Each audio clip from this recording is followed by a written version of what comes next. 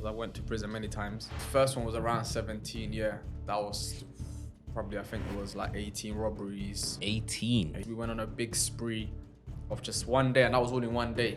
Like just One day, 18 robberies. 18 robberies one day. Talk me through that day. It was probably within 2 hours it happened. And the reason why was because there was a large group of us, and we had an aim at that young age to buy a gun. And we knew how much a gun cost. How much?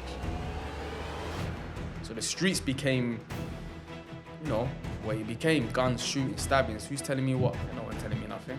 Sure. You understand? The only one I fear now is police, and even police, they got shot at those days. I'm out with my little £200-300 that I made in prison. I don't want no one's money. I don't want no one's nothing. I'm gonna start by myself, from scratch, and I'm gonna make it happen. One positive message you've learned from Islam, what would that be? One message that Islam teaches you and Allah teaches you is that there's hope. Welcome to another episode of the CEO of You, where we interview entrepreneurs, go-getters, and ultimately anyone that wants to improve their life. And I always say we got a special guest, but this guest just really excites me. I didn't really know about him before Kai introduced me to him, but I did my research and he's got a hell of a story.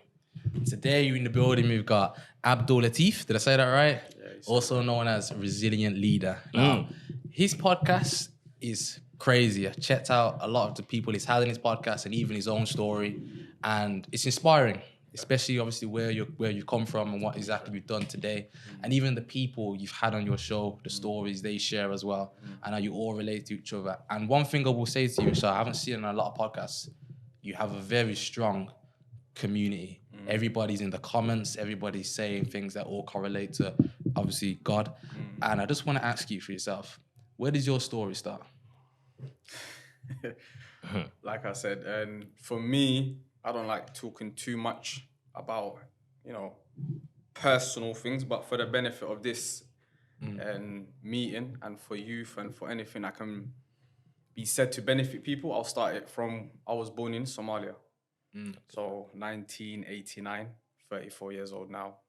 And when I was born, it was literally when the war started in Somalia, there was a war between the South and the North. So civil war, basically. Literally, when I was born, that's when the war started. And there's many stories to be said in between them. The fact that my mum, she got stopped by one of the checking boards, and they said, look, have you got, what's this baby that you have? She said, look, this is a girl, blah, blah, blah. She had to lie to say I was a girl rather than a boy. I don't know if that at the time they was killing boys, God knows what. But these are the narratives she was telling me when I was born, what was happening. So born into a war, then from where I was, funny enough, I'm from the South, which is what you call Hargeisa.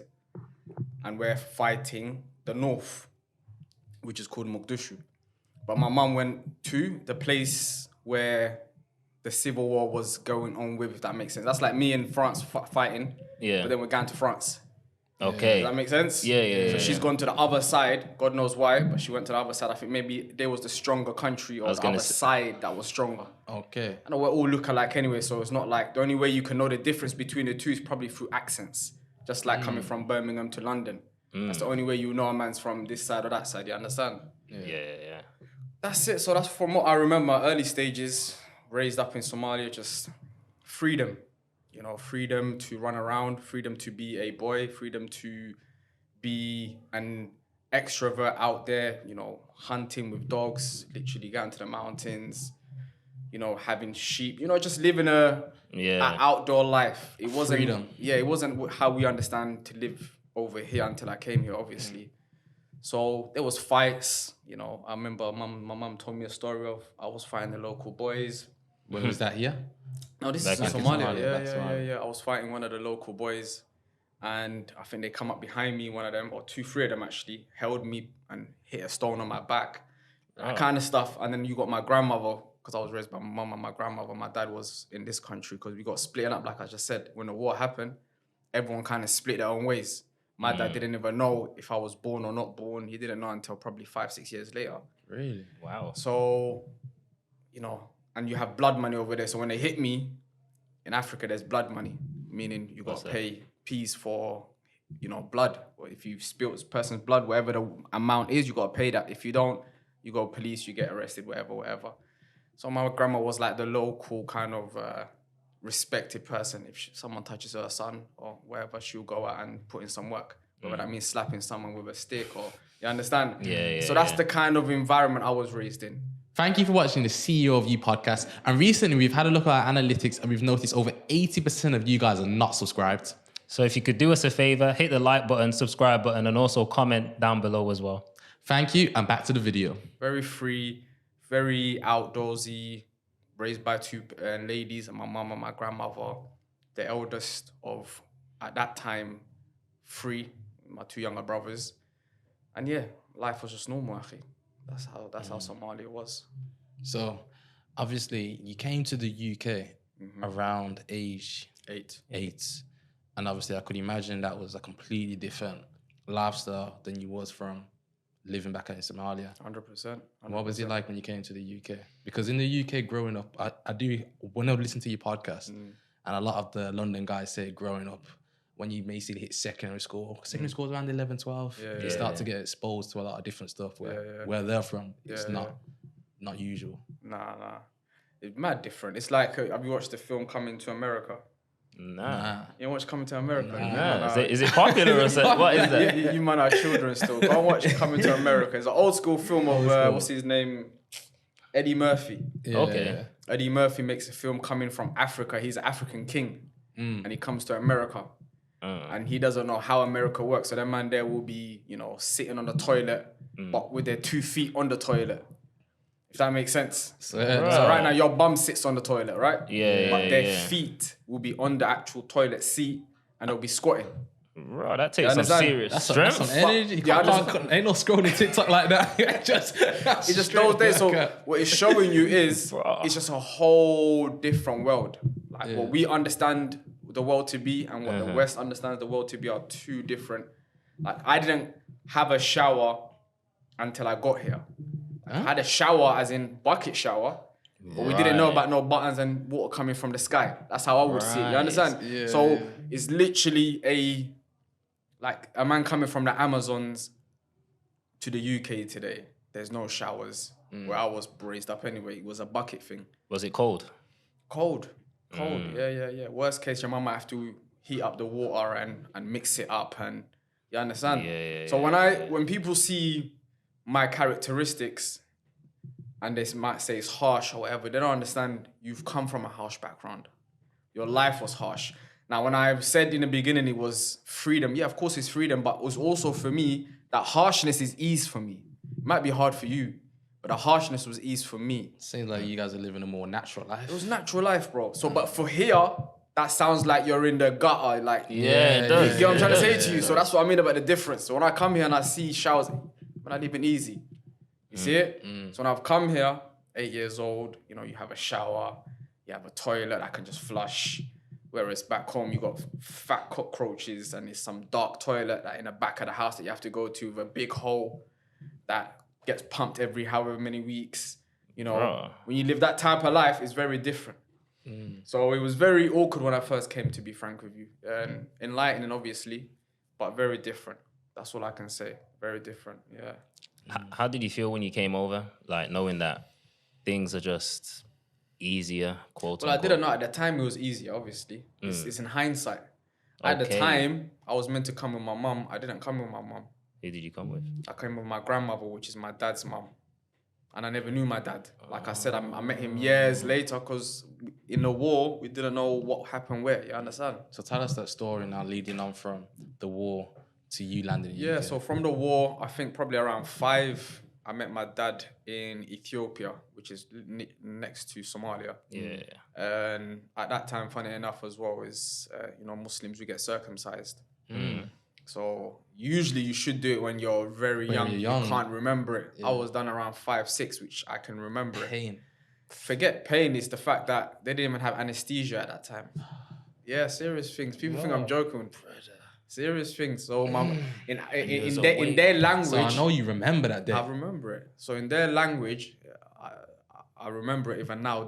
The saying of what I said is Ababa and the Bija, which is, it just means like stop what you're doing kind of thing. You understand? Because they're just cutting your skin raw, like boom, boom, boom. cash, 2 people holding you down, cutting it. You understand? So, and I remember the story more than I remember the feeling. I can't feel the pain anymore, but the story is there in my brain, like seeing it happen, cutting, whatever.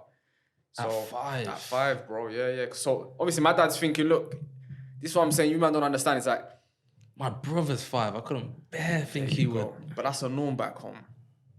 Like to do circumcision, and we're talking about now 28 years ago now, wherever it was. Yeah, I was 5, so 28 years. I'm guessing it's the maths. 29. And back then, even then Africa was different. Obviously today they probably do have anesthesia and all that kind of stuff, but back then that kind of things wasn't happening, so it was normal to just chop it up, and you understand. So that's when I first met my pops. I never knew him, and he just said, look, yeah, cool, let's go. We're gonna go get this done. Where is it? That's the first time you met him. Yeah. A man said, yep, let's get that sorted. Yeah. He's probably thinking, mum is soft, she didn't even get this done. Boom, let's get this done. You're a man, you need to get this wrapped up, you understand? As a Muslim man, you're meant to have your private parts circumcised. Yeah. It's not meant to be foreskin and all that kind of stuff, because we see it as dirty, whatever. So that was Ethiopia, around 5. Then I left him, and it was only many years later, 8 years old, that he managed to sort out paperwork for me and he couldn't get my mum over, so it was just me and his mum. Came here. Earliest memories here was just elevators. So something like an elevator. You know what I'm trying to say to you? It sounds simple, but there's no such thing as an elevator back home. Yeah. Forget that, even probably stairs. You understand? Everything is flatland. There is no like high rises, and people just live in houses. Some people might even live in like some little tents that they've made with their hands and some paper, you understand? Or not paper, but like clothing. If you go and you look at refugee camps, that's how it looks, like some sticks. They just put some clothing on top. So coming from that, my granddad actually lived in one of those kind of places. My mum's dad, I remember walking maybe 4 or 5 hours, maybe even a day. I can't remember how many, but it was definitely a long time. And we walked. It's like a man walking from here to London. You understand? Bro, that's mad. A whole day. And I was probably, again, that's before I met my dad. So say 4. Imagine a 4-year-old kid. Today's age, he can't even walk from here to flip in the high street without saying, pick me up. Pick me up. You understand me? And I know it's hot over there, innit? And it's hot over there. So he used to live in the countryside with this little kind of hut. So that's the kind of lifestyle we come from. When I come here, I'm seeing elevators, I'm seeing crisp packets and chocolates in packaging and all that. That's the life I've come to. So it was, I know he's in like disbelief. Disbelief. Everything was just new. It's like literally just like a kid. Everything is, what's this? What's that? You're asking questions about everything. Like, what does that do? What does this do? What does that button do? And do you know what I mean? That's literally, so that's what I say, when you go and watch Coming to America, you know what I mean. You might watch and say, yo, I watched it and I get what you mean. So, Now I'm gonna go watch it now. Yeah. Yo, I'm gonna go watch. How old are you? 22. 23. Yeah, so yeah, you lot was you lot was in your nappies when I probably came. So yeah, when have been born? Yeah, exactly. When was you born? When was I born? I was born 2001. Yeah, 2000. 2 years after I came here, you lot was born. Imagine that. Crazy. That's crazy stuff. Yeah. So that's how it was. Here we are today. Big facts. Big facts. So yeah, it was different. I remember I always tell the story of seeing a kid, and I won't say his name, but some white kid, because I beat him up many years later. And some white kid, I remember like my first day probably playing out. Okay, like outside park. Yeah, outside park, and I see a man in the swings. And I'm thinking, what's a big boy like that doing on a swing? How old I'm was 8. he? You're 8 and his... He's about same age. Okay. So I'm thinking, what's a man like that? Because this is what I'm trying to teach you about the mindset difference. See, back home, an 8-year-old man, and look at the words I'm using. I'm saying an 8-year-old man. I'm not saying an 8-year-old boy. I saw you speak about. You understand me? In your reels. It's an 8-year-old You're a man from young. You see it because you have responsibilities, especially if you're just raised by your mum. You're the man of the house. You gotta go and help make something somehow. You ain't thinking about picking your nose and playing in a park. You know what I'm trying to say to you? So when I've come here and I see a little white kid playing in a park, swinging on a swing, thinking these dudes they're babies. So we're having many months later, I had a fight with him, beat him up or whatever. I realized that the cloth that we're made from that young age, I'm different from these guys. From that young age when I came and I went even to school and I see how everyone was acting, I just knew I was always different from everyone else. Do you know what I mean? It might have been an ego thing, I don't know. But I just saw it as I've come from a mad different lifestyle to you, and my ambitions are much bigger than you lot's. I'm gonna make money. I'm gonna make whatever I need to make, and I'm gonna bring my mum here. That was my vision from 8 years old, 9 years old. Do you know what I mean? Because I didn't come with my mum. I cried when I came here, thinking, why am I leaving my mum? My mum's there. I don't know this guy. He's my dad, but I don't know you. Do you know what I mean? Your mum was there from day My one. mum has been there from young. So even though my dad's done a great thing to bring me here, at that young age, you don't appreciate what he's trying to also do. You're just thinking of your mum and what you've left. And then now every day, you're without your mum. You're without your little brothers. You're without your grandma that you've been raised with. So it's a new whole family now. My dad's whole side that I'm meeting. You understand me? Yeah. So that's how the early stages were. Yeah, that's the early stages. So I want to know secondary school now, because you're around 11 when you start. You're kind of still new to the country. I'm guessing you're slightly impressionable. So when man are telling you, oh yeah, let's do this, let's go there, was you following along? Well, Yeah, I don't know about following along, but in the beginning stages, remember I couldn't speak English. So I had to learn English, and I learned kind of quick how to speak English. you know, I didn't even think about that, you know. Yeah, you have to that's learn how that. I didn't even think about that, Yeah, bro. 8 years old, come, you don't speak the language. So when I'm going to school and people are talking, I don't even know what they're saying. So did your father not teach you English at home? Or? Well, you can only teach so much. If you're 8 years old, you've just come to the country and you're starting school in 3-4 months to get you into school. Your first days are, hello, okay. They even made a documentary about me. Huh? I need to try find it. It came on BBC 2, BBC 1. You know when them late nights, 2 o'clock in the night when no one's up, he comes on TV, them kind of shows. Seriously, came on one night, I was up and I saw it, I'm like, ain't that me? And they done a whole day on me, just my life, where I came from, because I was literally an African child who's come to England. Do you know what I mean? Yeah. They have done a whole, and they asked who my friends are, and the guy's like, I met him on his first day, and he couldn't speak English. And this is probably 7-8 months into school. So I know how to speak a little bit, but it's broken English. You understand? Yeah. My friend's like, yeah, man, I met him on his first day, he couldn't speak, and blah, blah, blah. And they asked me, like, what did he used to do in Somali? I'm like, I used to play out.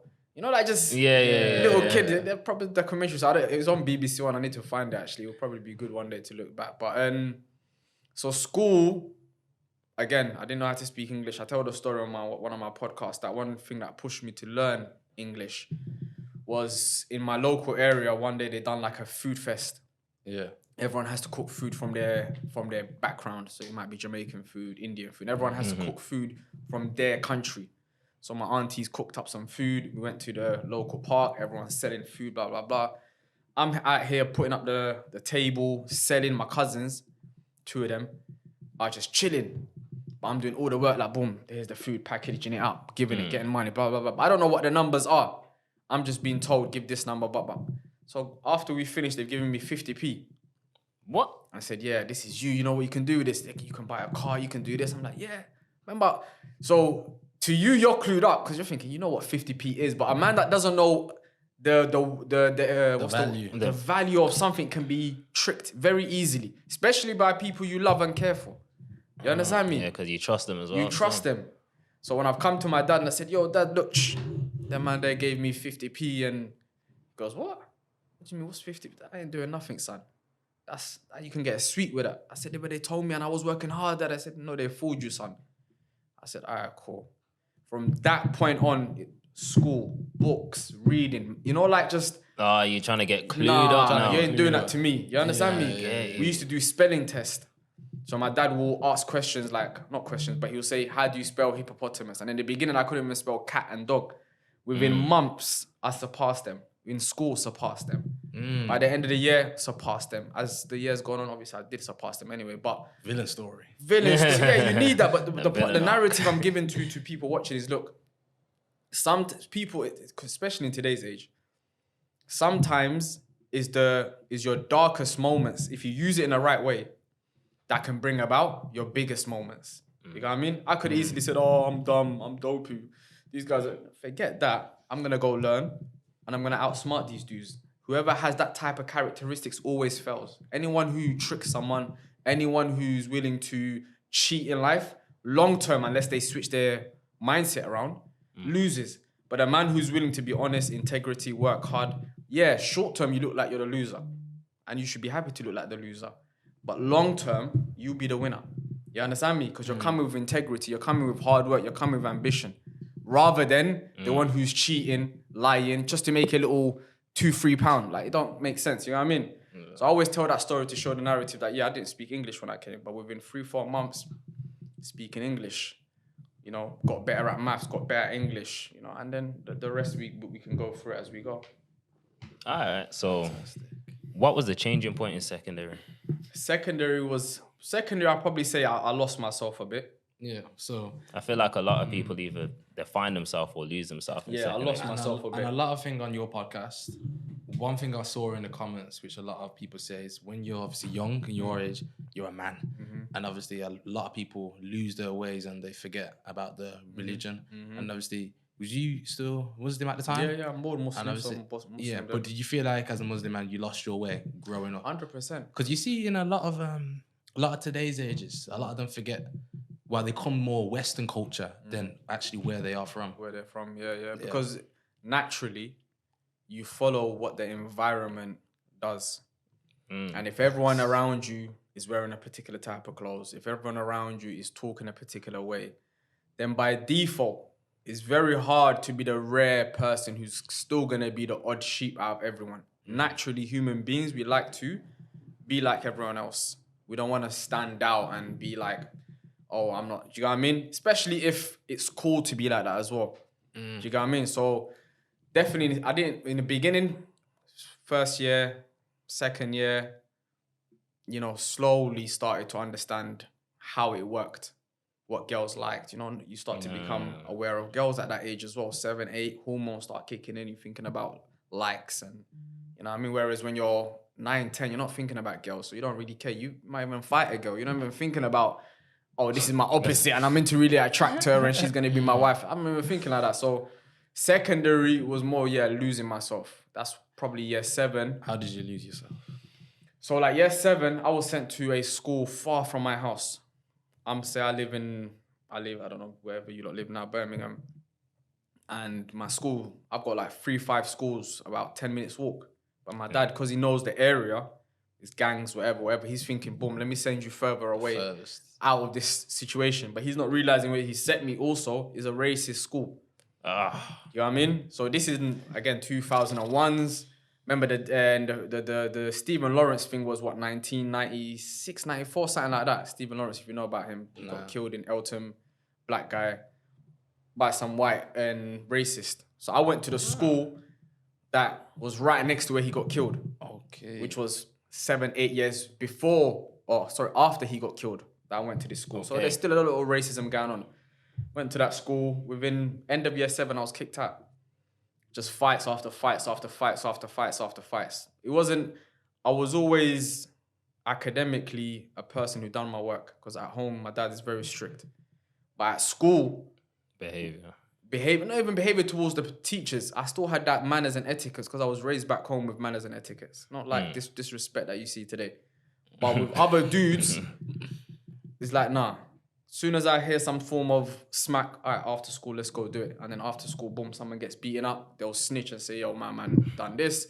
Then I get excluded. Then I come back. Then same thing again. After school, something happens. Someone snitch.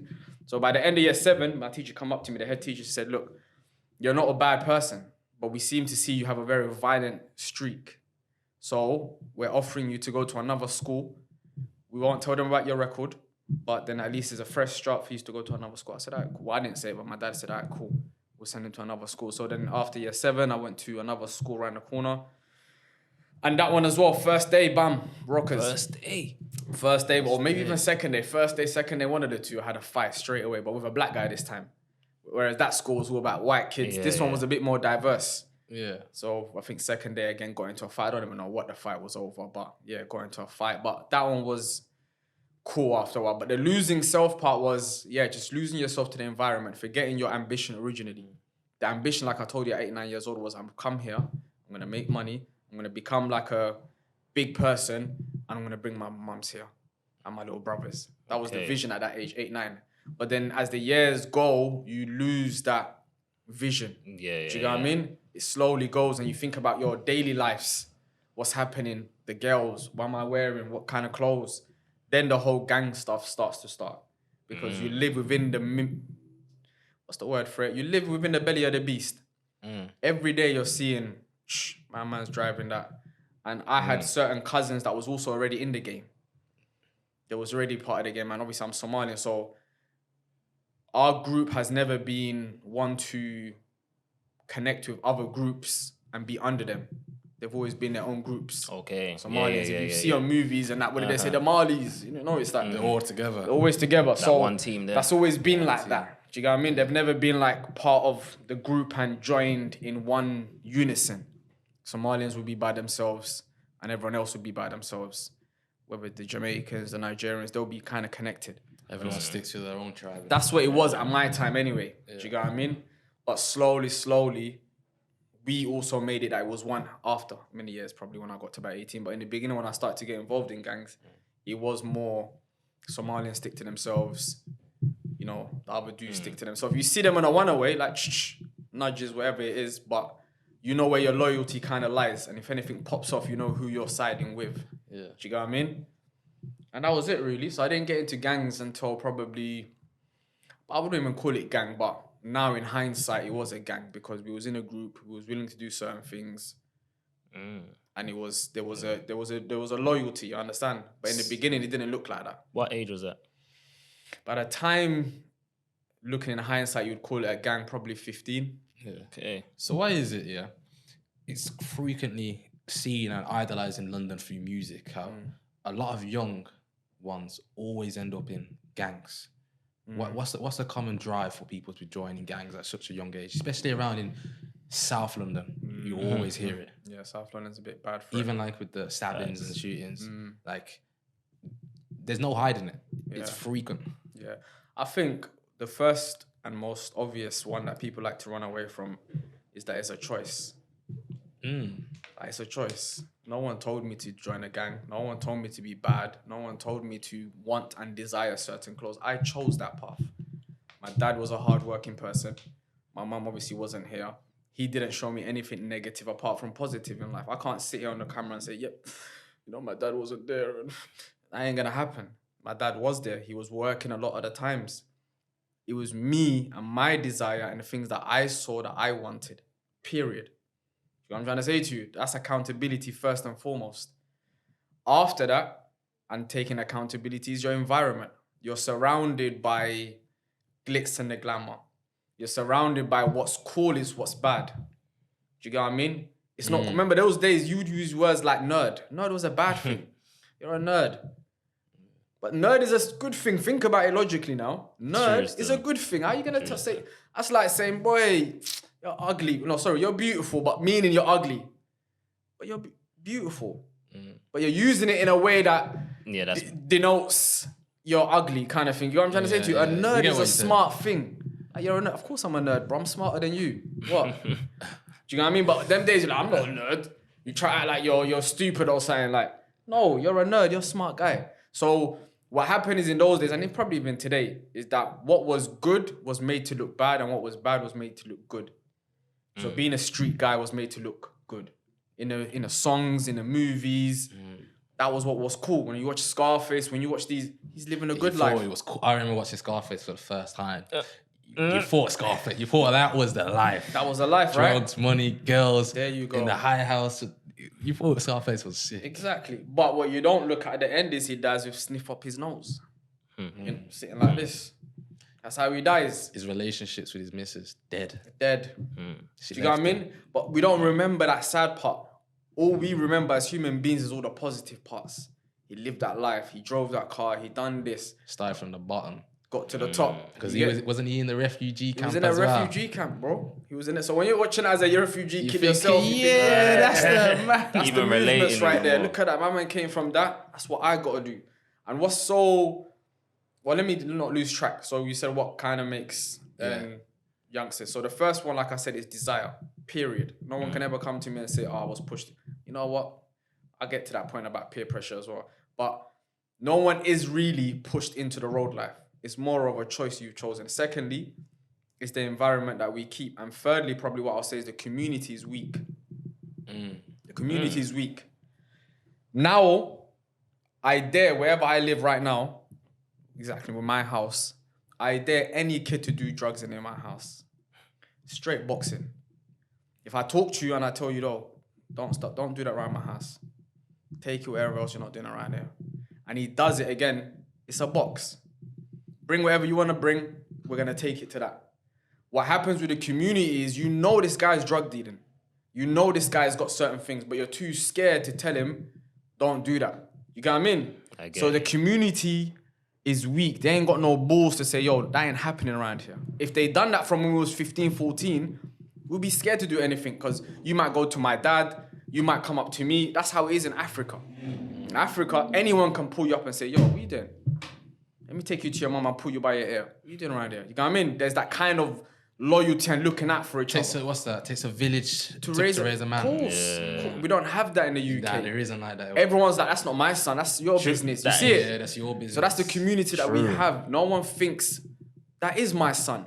That could be my son's friend. Remember, what did they say? Show me who your friend is, and I'll show you who you are. You are what your friend is, basically. If your friend is a drug dealer, you can tell me all you like, you're not a drug dealer. Rather, now you're going to be, or you're going to be in the future, you're going to be what your friend is. If he's a cheater, you're going to be a cheater, bro. You understand me? You are what your friend is, period.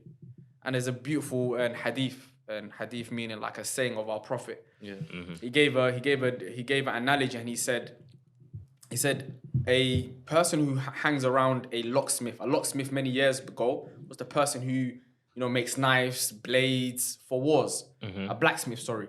Blacksmith, yeah. Yeah. He said, what happens to the person who hangs around with a blacksmith? He said, at the minimum, the smoke covers you. And at the most, you get some of his tar. Remember, it comes with fire, you get the blackness, all of that. That's what happens. But he said, if you hang around with a person who sells musk meaning like perfume, what happens when you smell? You smell like that person.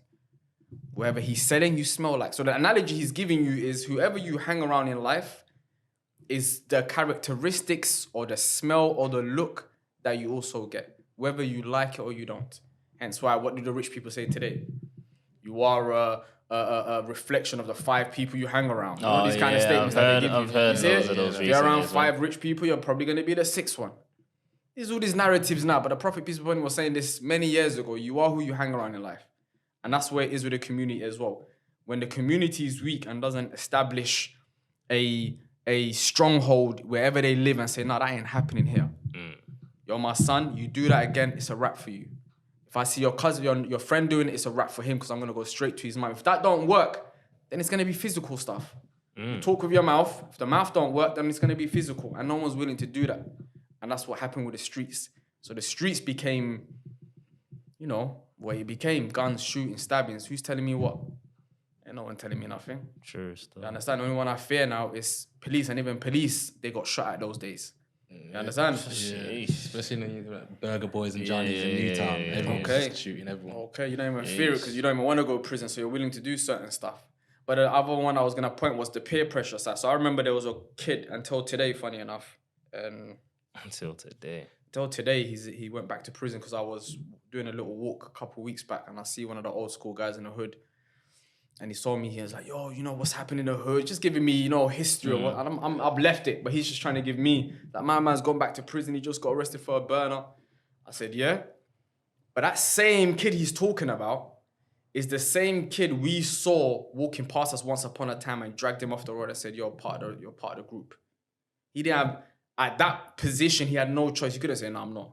We just got him and said, you're part of it. Bro. You understand? That's how it was. Of course, as the months have gone forward, he's chosen to be part of the gang. Maybe because he likes now what it comes with. But when we saw him, and that happens with a lot of people, bro. And you just see a manager say, yo, come just get dragged into compulsory recruitment. Compulsory recruitment, that's what it was, bro. Compulsory. Like, you're part of this, period. You can't tell me nothing. Go and do that. Go and do this. Go and do that. So that's what was happening at certain times in life in those days. That you can just take whoever you like. And now that person's been locked up. And now that person's been in and out of prison. And he lives that life. He thinks he chose that life. But to a certain degree, he was peer pressured into that life. Because maybe, and from other people I speak to, he was a good guy in school. He was a nerd, like we said, a nerd. Good guy at school. But once we pulled him into that lifestyle, gave him some beatings, made him do some stuff, he maybe enjoyed it, and now he thinks that was him all the way when it wasn't, bro. You just got pulled into it. Do you get what I mean? So that's the peer pressure side, and that happens. That's no one can run away from that. And you say that still happens today when a lot It of still people happens. It still happens today. It still happens today. It might happen in different forms, but it still happens. There's a level. There's always going to be a level of peer pressure. So there are the few things that make people, not make, but the reasons for why gangs are around. Personally, anyway, from my experience. Yeah. I wanted to ask you, yeah. Do you know when you're getting into fights, what was your dad actually saying to you? And this At is school? probably at school. Yeah, he was disappointed, obviously. And obviously, we come from a background where beatings is normal. You just get a beating. So you was just firming it at that Just point. firming the beats. You're just firming the beats. And this is another lesson from that is like, when you get beat so much that you become immune to the beating. You know what I'm trying to say? I mean, yeah, I would think that too, though. You become immune to the beating. So now think about it, and I'm not going to talk about what kind of beatings. Let's just say with severe beatings, yeah? Now when you're dealing with punches, it's like, come on, bro. It's just normal. What do you think this is? Do you know what I mean? Boom, hold this. So that's what I'm talking about. So the Somalian culture is very bad for this, and hence why I also say that's why a lot of Somalians are very bad when it comes to gangs, because their background is violence. Beatings is a norm. Solutions is always a beating. It's not a talking to. Let me talk to you, son. Nah, it's just You see it? It's a straight, hold this, or let me get a certain thing out and shh.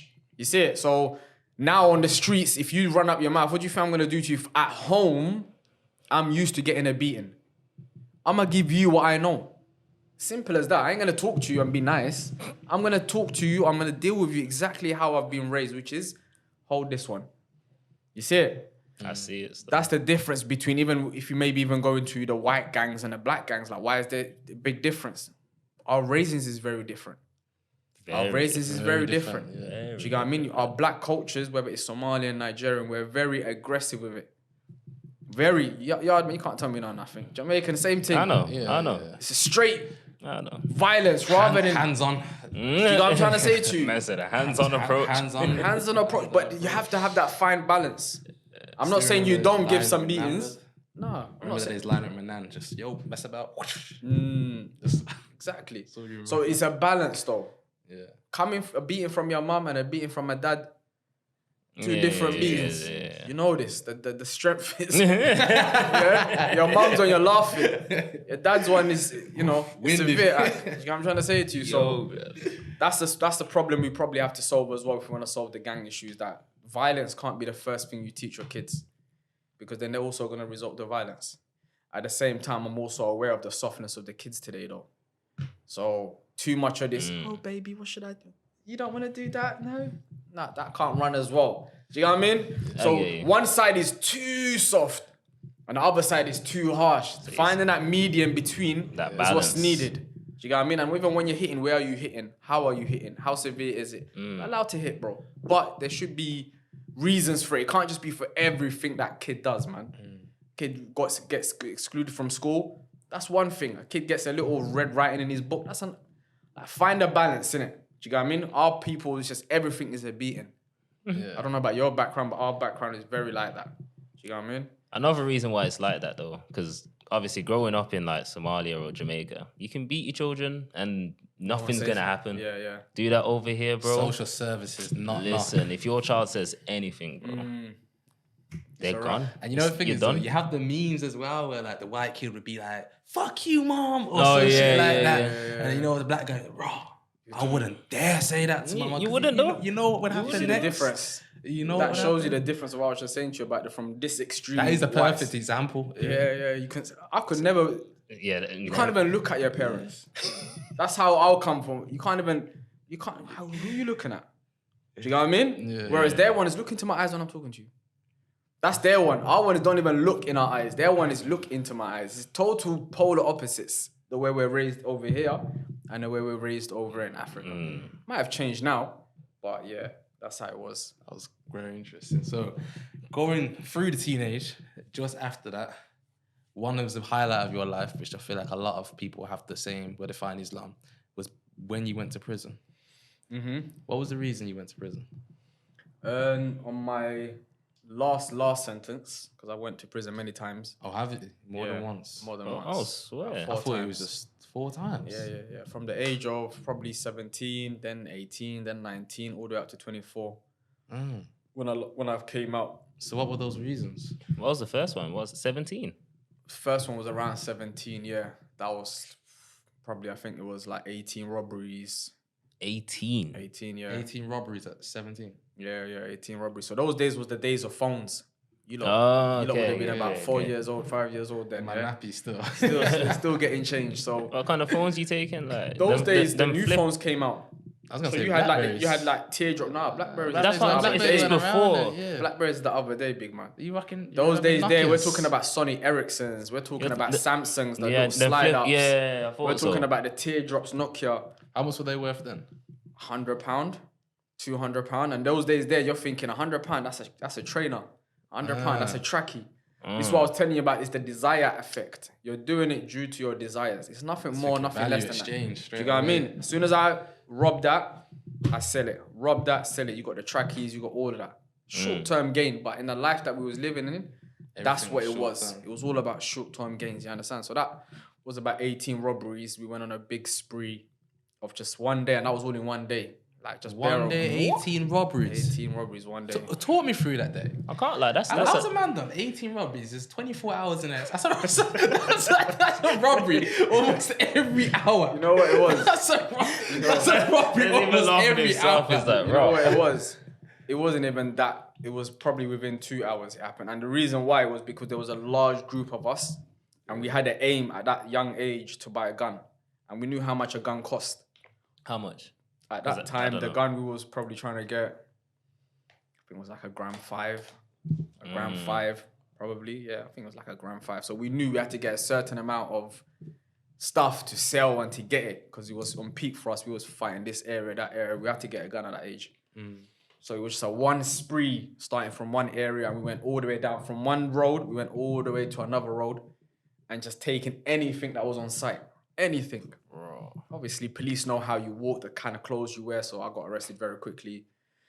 Ended up just getting charged for a few of them because there were so many of us. I only ended up getting sentenced for just a couple of them. Everyone else got done for the rest. But the charge originally was 18. Okay. And then obviously it got changed. And then, yeah, many little sentences after that. But the main one was the last one, which I got 7 years, do 3.5, ended up doing 4 years, or just under 4 years. And that was for a stabbing, and that was for an armed robbery. A stabbing and an armed robbery. Yeah. So you get 10 for attempted? No, so originally they arrested me for attempted murder, but They put it down. I didn't do the even though I branded a knife and I probably attempted to get the person. The other person done the stabbing. Okay. But in the camera, it looks like because we've both gone for the person, it looks like I done it. You understand? So they arrested me originally for AM, but then obviously once they looked at the CCTV, they dropped it down to just I think it was a GBH or something like that. Previous body harm. Yeah. And then the other one was an armed robbery. Again, I didn't personally do it, but I was standing in a position that made it look like I organized it. Okay. So as a Muslim brother, where was your faith in all of this? Faith wasn't Because from 15 up until 25, 26, there was no guidance. there was no guidance. And at that point, my dad gave up. He Okay. gave up. He just got tired of me getting arrested. Obviously, he can't beat me no more. Yeah, big man now. Big man now. And this is the other thing with beatings is he only has so much leverage Before he just plateaus. until you give up. Because like I said, you get immune. I remember there was a time he was beating me. I gave out this hand, he hit it. I gave out this hand, he hit it. But I looked at him as he's doing it. Oh, bruh. You know when you just lose hope? You just are like How old were you? Like what? 12? 14, 14, 13. I was like, boom. You're already pretty boom, big by that boom. age as well. So he just got tired. He's like, beatings ain't working no more. So And leave obviously it. that's all they know is There you go. beatings. So if that's your last result and your first result, both results, then what else you gonna do after? You gotta kill me. You understand me? Yeah. So Hey, he got tired of that. So by then, no one can't tell me nothing. I was already, being arrested for this, being arrested for that. Islam wasn't really there. If I didn't pray, my mum always used to get. By this time as well, I didn't add. My mum now came to the country. I was so literally about to My ask. dad ended up getting my mum to the country and bringing my little brothers as well. Big up. So I didn't see her for maybe 7 years. I think it was by the time I saw her. 7 years probably. So by the time I was 16, 17, I saw my mum. When I finished school, starting college kind of And then a thing. year later, you went to prison. And then about a year and a half later, that is when I done the full sentence of 3.5 years, yeah. What did she say? Who? What did your mum say? My mum, of course, she's upset, innit? Like any mum, she'll cry, she'll be upset. You need to change, son. She saw me in so many awkward situations. I remember once, and I was slapping this kid, like literally slapping him, bam, bam, like a slap. And Sai said to me, "Look to your right." I looked to my right. I see my mum just with shopping bags looking at me. And I just thought, nah, man, you're cool, man. Like, you know, trying to dress up the kid. Like, nah, we're just playing, mum. You understand? I went to my mum and said, "Mum," and she was like, "Why are you slapping that kid?" Because in her brain, I was like she thought in her brain, I was the good kid. And this is what I said about the roles. You might see on my podcast. I said, we live 2 lives. One life is at home, which is the good guy, help your mum. And I know the biggest gangsters in my hood at that time, I won't name their names, died, got shot, by the way, dead. At that time, most feared. If you was to go to their mum will say he's their best son. He helps with this. He does this for us. He does all of that. But outside, that same loving whatever is a villain. And when that person died, everyone's celebrating. Imagine that polar opposites. Wow. And that's the kind of life a lot of us lived. Is in front of our mums. That's why if I didn't care what my mum thought, I would have just kept on slapping him. But I care what my mum thinks of me. You understand me? So when I'm speaking to mum, she's thinking I'm just a send out. She's thinking I'm the one that's the victim. Not realizing Damn. you're you understand me? Yeah. So she didn't like what we was doing, obviously. And when I went to prison, again, this is when you learn who... Obviously, in the short ones, it's a bit easier. People come visit you. People still send you money. They know you're only coming out. When you get a little 7, 10, 15, 20, 30 years, you kind of know now who's friends and who's not. It was only my mum that would come. A couple of friends did come to some prisons I was in because I moved around from... done about 8 prisons. Why? From YOY, just fighting. So from YOY, which is Young Offenders Institute in Feltham, to Portland, to Channingswood, to Wandsworth, to Winchester, to Hyde, just moving. The only person that came to all of them is your mom. You understand? So that shows you where your loyalty should lie in life. It's towards your parents, whether it's your mom or your dad. Your parents are who you deserve your most, respect. So yeah, that was the sentence that I got. And that was the one that kind of changed my whole, from the roads. The last sentence. Yeah, that sentence I changed. Towards the end of it as well, most likely. But in the beginning, there was many little things that happened that slowly made me start to change. And this is the thing with the roads. There's few ways to leave the roads. Like, it's prison, it's dead, it's being a crackhead and an alcoholic all your life on the streets. Or if you're very, very fortunate like myself, to leave by your own choice. Do you get what I mean? That's like the 4 ways out of the roads. By your choice, if you're lucky, by prison and a big sentence in that, by dead, which many have, or by being a crackhead and an alcoholic and, a gambler in the bookies until your 40s, 50s. Yeah. That's literally the only ways. You know what I mean? So in that sentence, again, young offenders, many fights, lots of rockers, especially in Feltham, because that's young offenders. Everyone's energy is high. Do you get what I mean? And the walkways are it's like a meter wide, the walkways. So someone can be walking from that way, and you're walking this way, and you can see a man straight up, and fights are just happening left, right, center, and walkways. You understand me? You have education, where you see people from different areas, bam, bam, you're getting it wrapped. You got in gym, people are coming out with, the weights and hitting your head. You got walkways going to work. People are coming out and doing something. So Feltham, at that time when I was in there, 06, 07, 08, 09 even. Yeah, I was in there all those years. Always fights. Then I went to Portland. Again, many fights. would be very long for me to go through all the details of fighting, obviously. So is there anyone that stands out to yourself?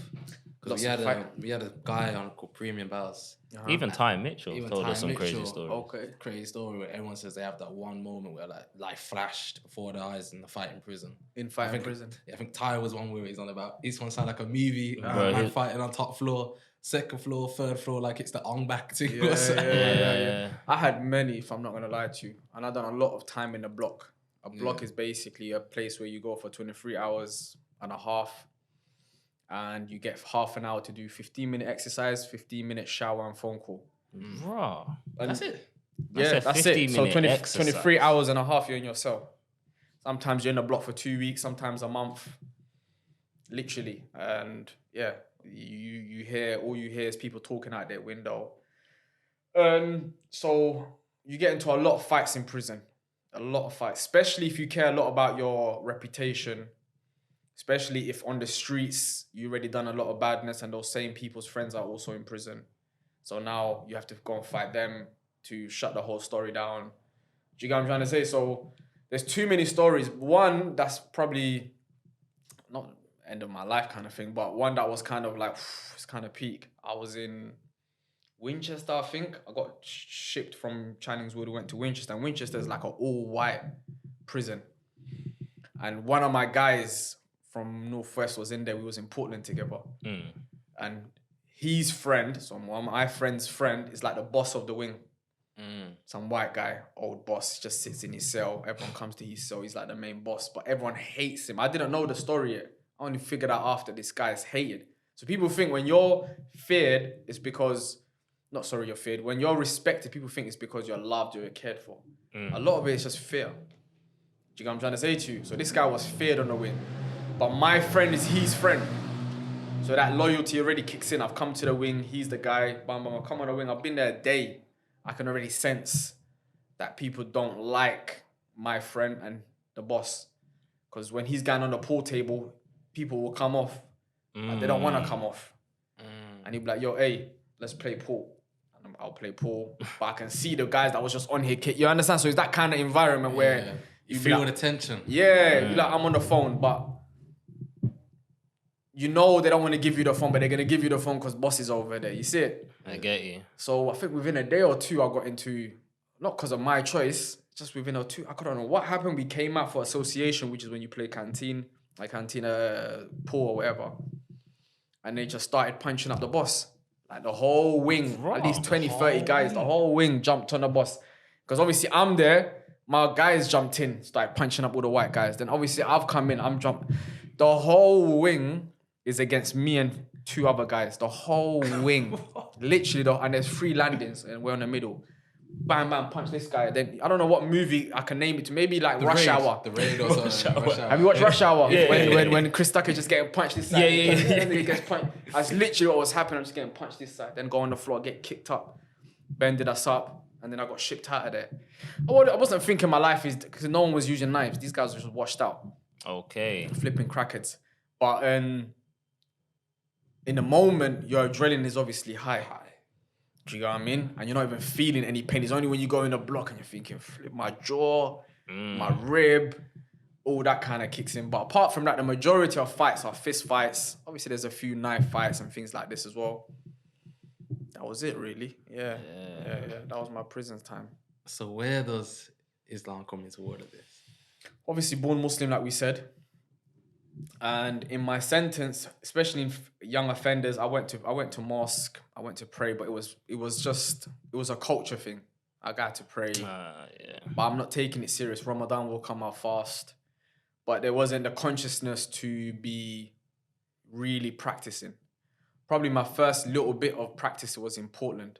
When I was in Portland, I was on basic. Basic is like when you don't have no TV, but you're on the wing. So block is you're off the wings, you're by it's a whole different. It's kind of like block. Isolation. Then. Yeah, you ain't know no one. Whereas basic, you're still on the main wing where everyone's at. You just ain't got no TV and you're not allowed to come out of your cell when everyone else comes out their cell.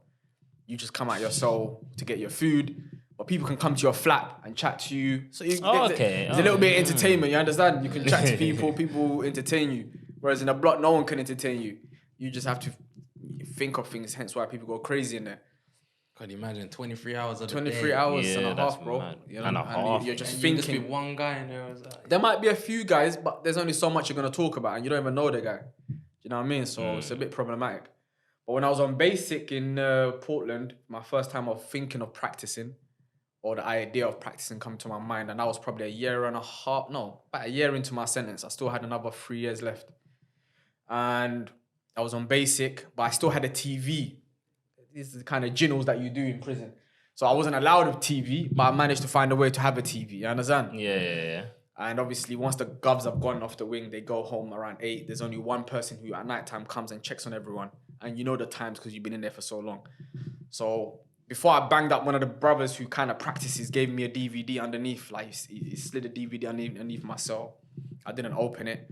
But prior to that, prior to him passing me the DVD, there was a guy, again, I don't need to mention where he was from, but I beat him up in Feltham. Then he tried to sneak attack me in Portland. I still got beaten up again. And then he came on my wing. He came on the wing that I was on.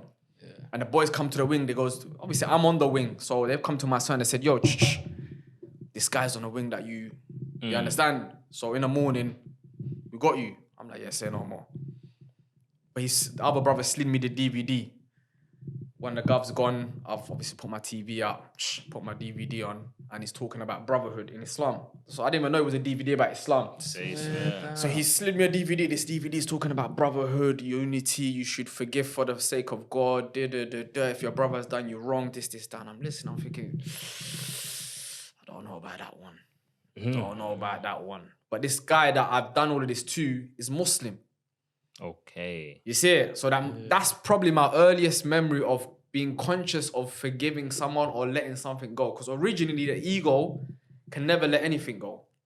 That's how you become the most feared or respected on the roads. You know what I mean? People don't understand when it comes to gangs, the most feared person is usually the stupidest person in the sense that he's willing to do the worst thing possible to be the best. You see it? I'm willing to kill you. What are you willing to do?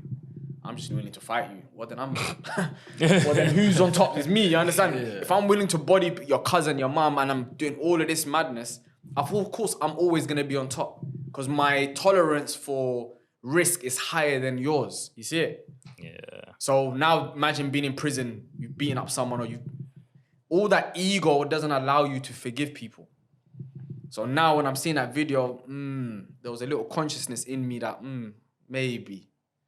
Boom, next day's come. I've come out for, you go to, in the morning, you get up, you have to go to your work or education, whatever. And when in that prison, you go downstairs and there's like a little holding room. So you can imagine he's there. Everyone around him are my guys. But he's there and he doesn't know the situation. Right. Yeah, it's just for me to say a wink or and it's that. You understand? But I remember, like yesterday, I went up to him clearly, and I just stood right in front of him. I said, hear what I'm saying to you. If I didn't get this DVD last night in my cell, understand right now you'd be wrapped up, big man. But the fact that you're Muslim, we'll leave it as that.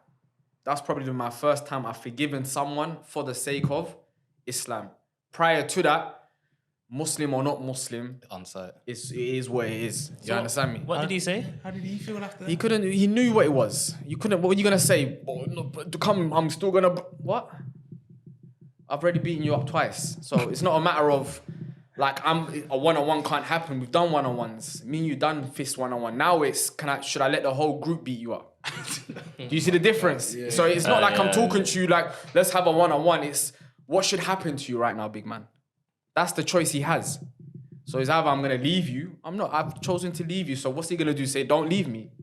He's get wrapped up. I don't even need to talk after that. It would just be out, boom. Like, this guy doesn't understand about forgiveness. Let's beat him up. You see it? Yeah.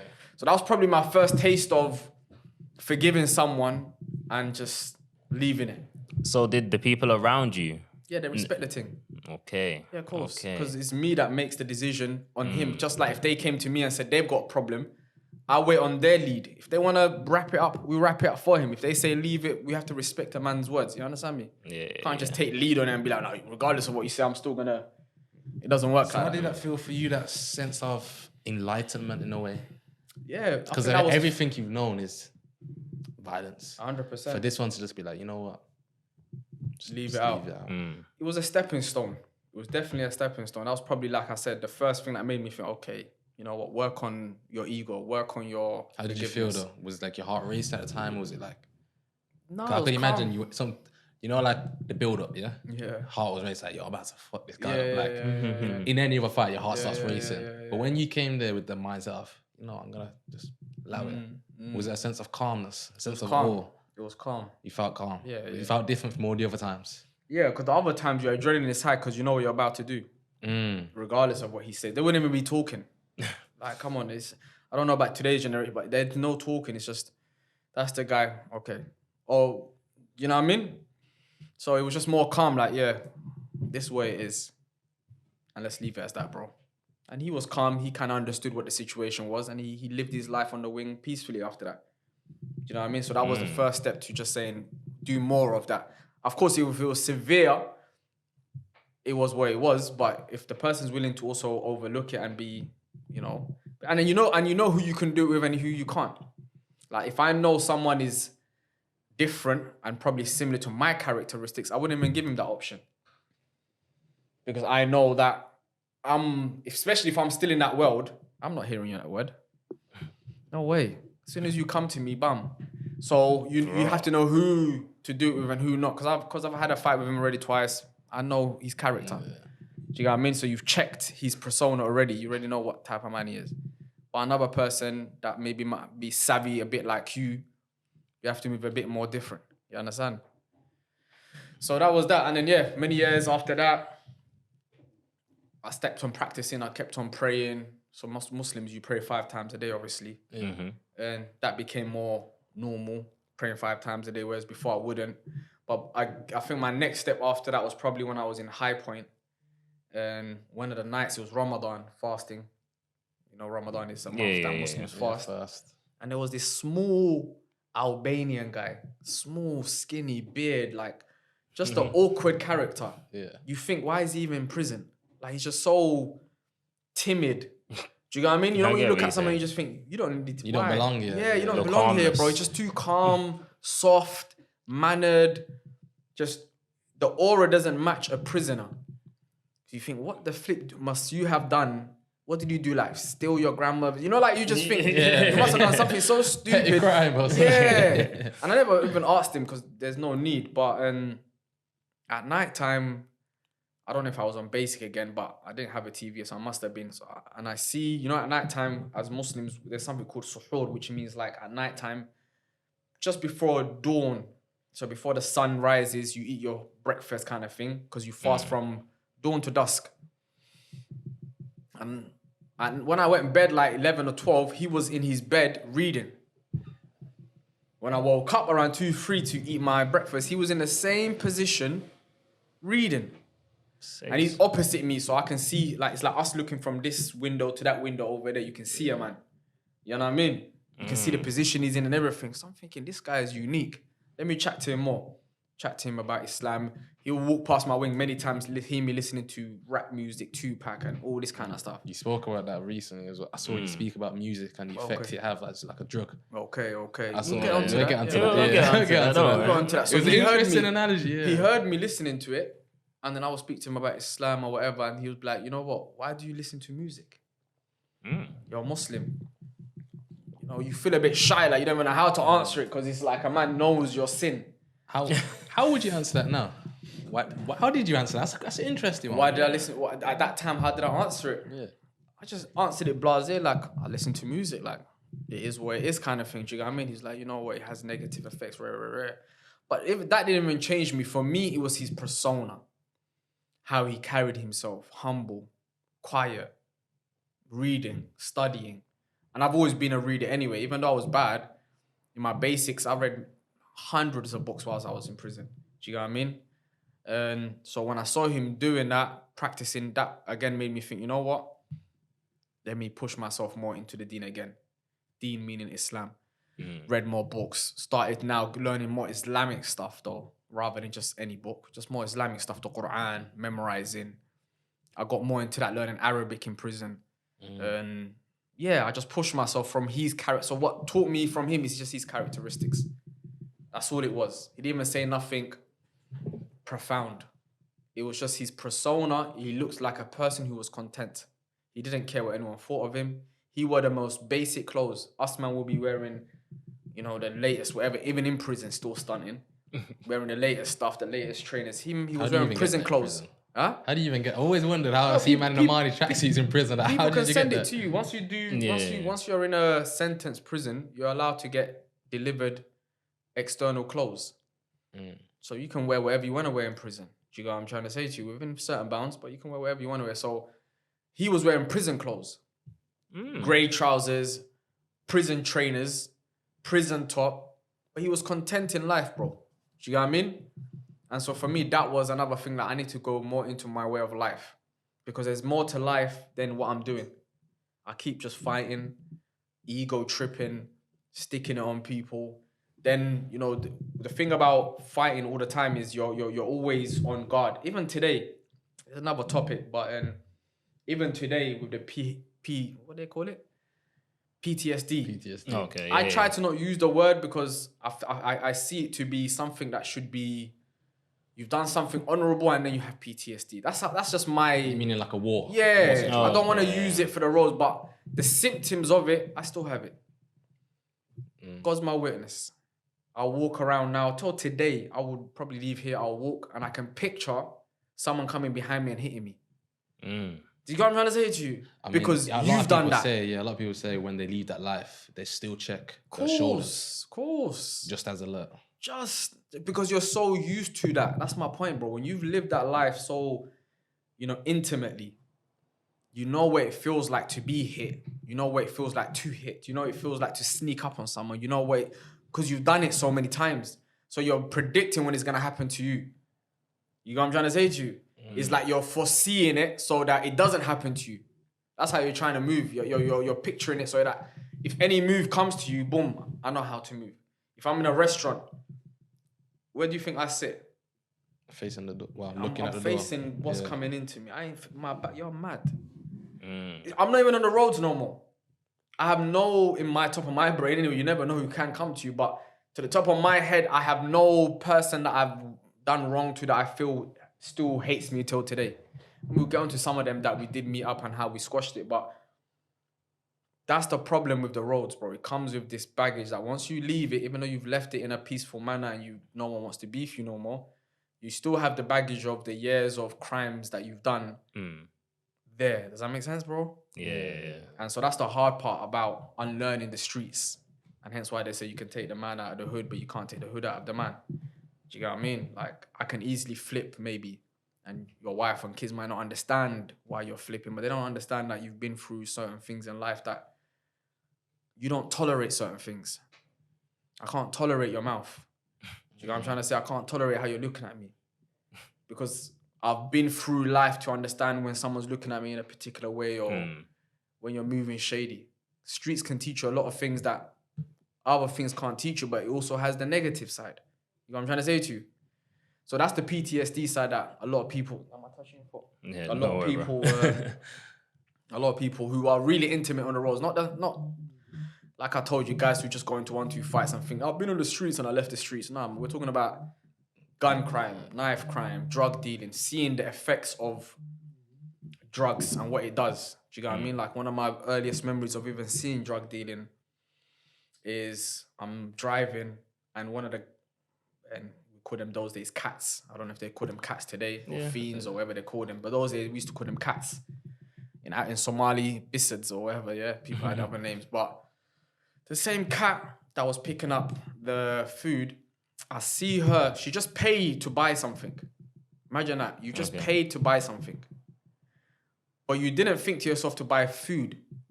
What do I see that same lady doing? Next to a KFC shop, going through the bins and taking out the leftovers of the bones and eating it, bro. Wallahi. And it's those things when I was in prison, I was like, I can't go back to selling drugs. No way. Because that's a mum right there. That's a daughter right there. And you're selling her food that she's willing to buy food off you, but not even willing to buy actual food to live and eat. Do you know what I'm trying to say? You watched the new season of Top Boy? I did. I was gonna And bring you it know what, up. Paul? No. And you know what Bring popped it up? How Jackie saw it with the... Yeah, I felt that. Because I felt that too. And I was like, when she came without the baby, Mm-hmm. and then she was like, obviously, as I'm not gonna spoil it for you. But I was about to say I ain't watched it, so Yeah, you yeah, man watch care. it. obviously, Obviously, you see the bit where Yeah. the baby's on the floor. And it hit me because I've seen Yeah. it. And I That's was like, reality. raw. Like, you must feel that now, Jackie, after what's happened. I see it, bro. And you've seen that live in the flesh, like, I've yo, seen that starve live in the herself. flesh, bro. I've seen it live in the flesh. I've seen a mum and a son, both grown ass adults. The mum is probably in her 60s. She's in a wheelchair. And the son is in her 40s. And I'm coming to their house and they're both smoking food together. Mum and a dad. no. Mum and a son, sorry. Do you know what I'm trying to say to you? Going to a man's house and he's strapping up and he's burning the brown and taking it in front of you. I've seen all of that. I don't talk about it. Like I said, my life now, I try to, as much as I can, just bring the positive side of things and not try to. But sometimes it's necessary to show people the truth of what the role really entails. It's not all glitz and glamour. The glitz and glamour is probably 5 to 10% of it. That's the craziest part. The glitz and the glamour of the roads is probably 5-10%. The fact that you've got respect, that's probably one of the biggest. Like, no one can't talk to you no way. Girls chase you and that's the man to be with. And all right, but what comes with that? People after you trying to take your life. Your friends that you was raised up with. I remember we probably had about 300 man, if I was to take it at its largest point, 300 men deep once upon a time. Today, if I was to call any, probably 4 or 5 out of that 300 is who I will call to say, yo, how are you? You doing good? But once upon a time, it was 300 men deep. Do you know what I'm trying to say to you? Where are they? Well, a lot of them weren't really on the streets. Out of that 300, chop it down to 10% of that is probably the realest. So 30 people. About that. That's about that life. And when I say about that life, I'm not even trying to promote it. I mean in a sense of that's willing to take risks that the rest weren't willing to take. Okay. That's what I mean about that life. I'm not promoting about that life as in like some... Yeah. I just mean they was the ones willing to do what was necessary to do to keep up the reputation, the phantom of what road looks like. They was the ones willing to bring out the stuff, the food sellers and the taker man's, like, you understand? 10% of that 300. The rest was just, I'm just around you. Do you know what I mean? And when the right time comes, I'm gonna work. I'm gonna go to TK Maxx and do my job. Do you know what I'm trying to say to you? That's what the rest was, really. Do you know what I mean? So I say that to say the majority of the streets, the good side of it, if you want to call it good, but the glamour side of it is only 10%, bro. But if you want to go back to the prison thing, like I said, that was the kind of bits that made me start to change in prison. And a few things that Allah or God was showing me as I was starting to change was when there was 2 guys in prison. I've never had anyone touch me. My whole time in prison, not a flick on my face. Do you know what I mean? Come out, as you can see my face, how it looks. No scars, no nothing. But there was 2 guys who rushed me once. Yeah, and I went to them specifically to even show them it's not that, like, I'm here, bro. Do what you want to do. Do you know what I mean? I'm on your wing. They snaked me, come from behind, hit me with a Q stick, rushed me, no problem. It happens.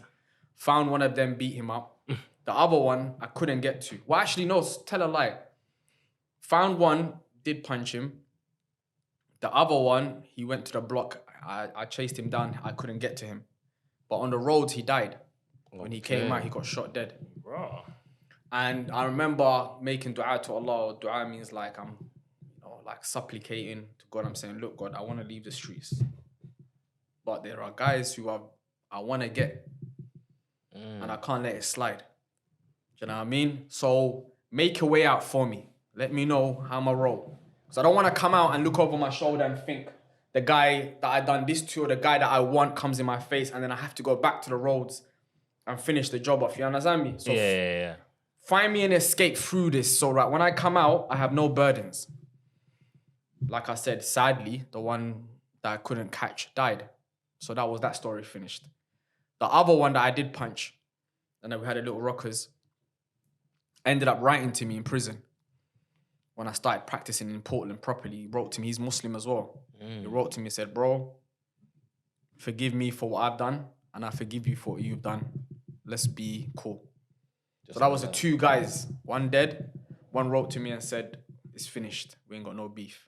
Prayers answered. Prayers answered. Came out. I didn't even look back. Boom. That was it. I didn't care about the roads. No one could tell me come back to the roads because I was the roads. You know what I'm trying to say to you? No one can say, yo, Abdi, we got some food for you.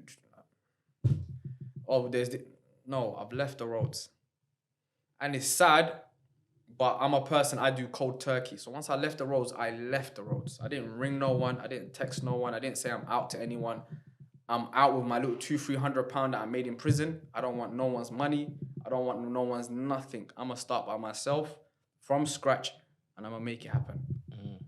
So one thing, I wrote it down, but I don't know how to say it. And it was in the verse in the Quran, which I saw you speak about a little, where it was, whoever will come to Allah with a good deed shall have 10 times as much. And obviously with that being said, and whoever come to Allah with an evil deed shall be, I don't know what it's saying, but basically should repent. Giving one, yeah. Yeah, so if you're coming from the angle of if you walk towards God, he kind of walks towards you kind of angle. Which angle are you coming from that with? Yeah, kind of, yeah. As in, you do good, you receive good. And all your old deeds will be. 1,000,000%. I'm conscious in the sense that when I was even on the streets, I was never the clown. Like, I didn't do things like throwing bottles and like just the usual street stupidness that people do, like going around slapping people. That's what a lot of guys done on the streets.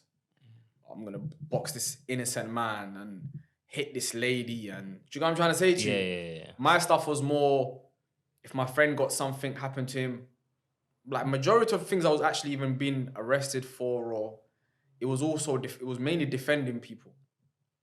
Like, I never beat up people for no reason. I never went out of my way to find problems. So even though I was actually on the roads, when I look back in hindsight and I try to remember all my memories, I was bad just because I went too far when it came to the fighting side of things. Like I said, even at school, remember, I'm getting kicked out. So just when it came to beef, I was willing to do certain things. I was willing to whatever. You understand me? That's how my reputation was more. For that, I never killed anyone. I've never done any of that stuff. But there was still that level of respect that don't mess with certain people because you know where they'll take it to. Do you know what I'm trying to say to you? That's all it was. I never killed anyone. I met prisoners in prison that was killers. And they're still moist.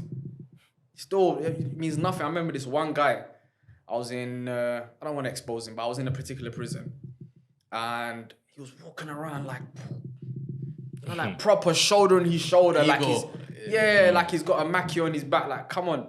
So on a one-away, I paged him. I said, yo, what are you in for? Something for murder, innit? I said, yeah? All right, cool. And then later on in the day, me and one guy went to his cell and we said, yo, let's see your papers. He goes, yo, what do you want to see my papers for? I said, you said you're in for murder, right? So see your papers, innit? We want to read it and just see what the case is about. Read his papers and it was like, boom, boom, boom, done. And then when Mr. Blah, blah, blah was charged with murder, Mr. Blah, blah, blah fainted. But this is the same dude that was just bopping around the wing like... So hold on a second, big man. Why are you bopping, but you're the same dude who fainted when you got charged? What do you think he done? Get defensive. I'll murder you. Anyway, let's just say he got slumped. So the point I'm making is there's even murderers in prison. It doesn't mean nothing, bro. Like, just because you killed someone, it doesn't mean, what does it mean? Do you know what I mean? Yeah. You've killed, okay. Anyone can kill someone, understand that, trust me. A woman can kill a man. A woman is weaker than a man by nature, but she can still kill a man. But did she want to? Was she forced to? You have to look at the context and why it happened. People think just because you kill someone, that you own some badge, like you're a boss now. Like, no, you're not. You're just any guy still, bro. So that's why for me on the streets, I never saw it as like, I have to go and kill someone. For me, it was just, I'm making money and I want respect. I ain't trying to kill no one. But if it happens, obviously. But that's my rules on the streets. Respect, money, that's it. You understand? Never drank in my life. Never smoked weed. None of that stuff. Which is girls, money, power. That's all we saw. Everyone else done their own other stuff. Do you know what I mean? But yeah, so the point I'm making to the goodness is how I saw it was, even though I was bad, I felt to myself in hindsight now looking back, I wasn't as bad as maybe many people could have been. I was just bad in certain circumstances. Do you get what I mean? Yeah. And I felt I was also very protective on the streets. I helped a lot of people. I protected a lot of people. If someone was getting kicked and one of my friends done, I'd be like, nah, man, don't be hitting it out. Like, nah, that doesn't run. Like, that's not us. Yeah, we go and beef people. Yeah, if it's 3 of us and it's 100 man, I'm that kind of story, I'm there for that. Yeah. I'm there for the stories of 300 and facing that, you know, that type of movie. I'm for that kind of stuff. Big boy movies. Yeah, but I'm not for kicking an old man. Happy slappy days. That was the happy slappy days as well, going around on a bus, slapping a man. Like, that wasn't, you know what I'm trying to say to you? Yeah. So when I started practicing, there was that chip, you know what, I was on the roads, but I done also some goodness on the roads, and I felt it was through my mum's maybe making dua for me or calling to God for me to change that I changed, not just due to my own. What was some of the good you done? So going throughout your life, I could imagine there's a lot of stuff you've seen that you probably wish you didn't do. So what were some of the moments in your life where you're like, I'm thankful I did this piece of good? I saved many lives, bro. Like, there's people that will message me now, like, bro, remember that time I came to your hood and, you know, you stopped how many people from beating me up? Do you know what I'm trying to say to you? We'll be on a bus and one of the boys wants to beat up a girl and I'll be like, come on, I can't run. Like, I have many stories like that. Like, I've stopped this guy from stabbing this guy. But then, of course, there's times I've told this guy, go and do that. So I always saw it as, I always try to, where someone was a victim, I'll make sure it doesn't happen. Like civilian victim. Yeah, like I wouldn't, they can't run. It can never happen in front. It's never happen in front of me from the top of my mind anyway, unless someone corrects me somewhere. That I let a victim in front of me get beaten up. I just want to run. So that's the kind of positive things I was doing. Just minimizing the damage unnecessarily. Where it was needed, it was needed. But unnecessarily to people that wasn't even on the roads, forget that. But that's what I'm saying. The other side of that is when it was road, people could probably say I was evil. There's some things that people remind me of and I'm like, yeah, that was very bad. You know what I mean? Yeah. But in the moment, you know, you make many mistakes, bro. You have to remember we was 15, 16, 17, 18, 19. Obviously, after that, I was in prison for 4 years. So, yeah. So, I was listening to you on, what was it, Inspire for Change? And you said music is like selling crack. Tell me about that. Do you remember saying it? Music's like selling crack. I don't remember the You know, saying, but You give a great analogy for it. I'll remind you. So pretty much you were like, people that sell crack, they just want the money. They don't care what it does to the person they're selling to. Like the cats. Like you gave the food story. And you were like, the artists are doing the same. They're putting thoughts into the young people's minds. They don't really care what they're doing. They just want to sell and make money. So you said music's like selling crack? 100%. I'll probably repeat it again if that's what I said. I'll stand by that. Is that the people creating the music, sadly, they don't care what they're saying and the effects that it has. I think even something came up on my Instagram with, what's her name? Nicki Minaj. I was afraid you were going to say Doja Cat. Who's that? The one who's doing the demonic stuff. Yeah, she's moving mad. She's moving. I don't listen to music, so it's a bit problematic for me to find these things. But Nicki Minaj, the days I used to listen to, I remember her. So when I saw her saying something today, I looked at it. And she said someone called Future. I don't know who that is. But You don't know Future? I don't know. You don't listen to So what I'm music? saying, Future's a big artist. In fact, you don't listen to him. Okay, I don't know. So she was like, I was sitting with Future the other day and he said to me, it's crazy how people think that like I take drugs and that. But I'm actually a kind of soft person when it comes to drugs. Like I don't touch that kind of stuff basically. But apparently in his music, he talks a lot about drugs. Future, Do you know what I'm trying to say to you? So this is the what's the word for it now? The hypocrisy that's in music. That you're putting something out there when in reality you ain't living one part of what you're saying. You're just And then saying the it to people sell. listening to it, consuming that information, are going about doing the things you're talking about. Thinking it's cool. Yeah, I'm going to take a lean. I'm going to take peen and scene and whatever they want to rhyme with. You're just rhyming, bro. It doesn't matter what you rhyme it with, it seems like. You're just rhyming to sell a narrative that's false only to get tickets. So what's the difference between you and a drug dealer? Nothing really. This guy's harming people selling drugs to you, harming your body. This person's harming your brain and making you do things that are silly. Do you know what I mean? And the other angle I come with music is, especially with some type of music, I'm not going to say all music. Someone might joke about not all music because there's jazz. So we're not going to get into that. Do you know what I'm trying to say to you? Yeah. Some music, to be on the political correct side, some music, when you listen to, and I remember it personally, I'll listen to certain music and we're going out to do a certain move. There's only certain music I'm listening to. You're not listening to no Katy Perry. There you go. You know what I'm trying to say to you? Same. You ain't listening to no Katy Perry or some slow jam. That ain't happening. You're going to do certain stuff. You're going to listen to the mood that's going to get you into doing some devilish stuff. You know what I'm trying to say to you? That's the power of music, is that it makes you feel what that person's feeling was at the time of writing that. So you can actually feel a man's pain by the words that he's saying. Hence why when you're listening to depressed songs, why are you listening to it? Because you're depressed at the moment. So you're listening to something that's matching your mood. You understand me? When you're up, you're listening to certain up moods. That's the power of music. You see it? And so from the Muslim perspective is to stay away as much as you can, because many things are going to have some influence, as much as you can from things that have an influence over you in a negative way. Drugs. It overtakes your brain. You're not in control of it. When you do something, the majority of people in prison are in prison for things to do with alcohol. Fact. Domestic violence is mainly done through alcohol. People that do or get either the pissed or the one that's both was drunk or was taking the pill. You get it? Yeah. Islam is telling you take all of that out of the way. Take the music out of the way. Take the drinking out of the way. Take the alcohol. Take the drugs out of the way and have a conscious brain. And I play that on the streets. On the streets, everyone else will be drunk.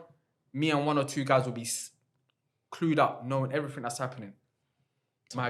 You understand me? Imagine everyone else is drunk and you're the man that's thinking and clued up. And you get what I'm trying to say to you? That was from my Muslim teaching. Even though I wasn't practicing certain things, other things I was. And I benefited from not being a person who didn't drink alcohol, smoke weed, and just be on point the majority of my life on the roads. Made me move in a different way to the majority of people that was paranoid because they're smoking weed all the time.